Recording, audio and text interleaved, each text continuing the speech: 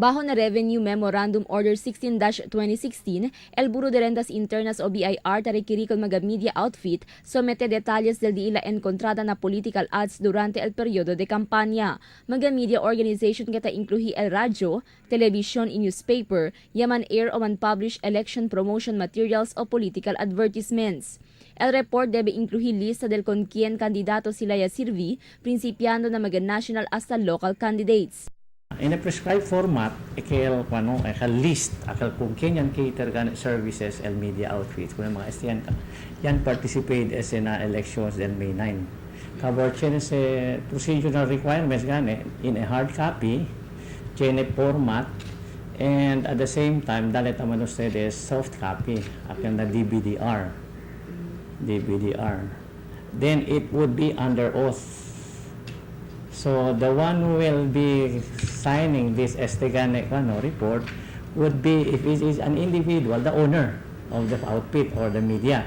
El report debe cubrir todo election material y hace sale principiando noviembre 9 del otro año hasta mayo 7 este año. Deadline del submission este mayo 22 na objeto determina con el unexpended fund y unexpensed donation del mga kandidato ya corre na eleksyon.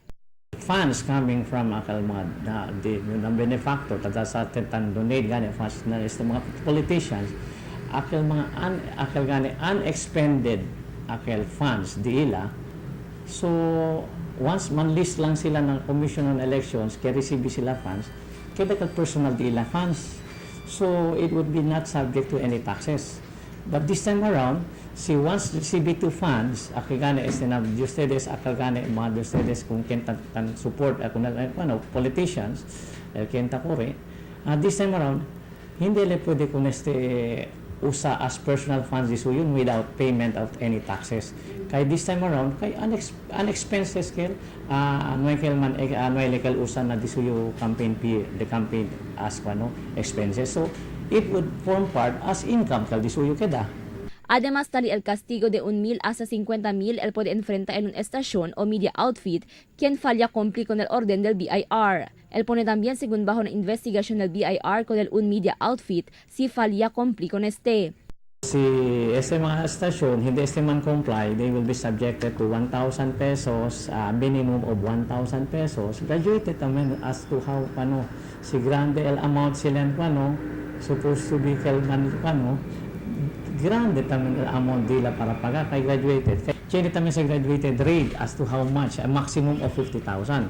Aside from este gane, hindi ustedes gane man comply o man late ustedes, man include con ustedes for a subject, el media outfit subject for investigation. Es la primera vez implementa en este clase de orden el Bureau de Rentas Internas y un mandatory order que hace sale el BIR Central Office. Cristel Almonía, Dateline Zamboanga.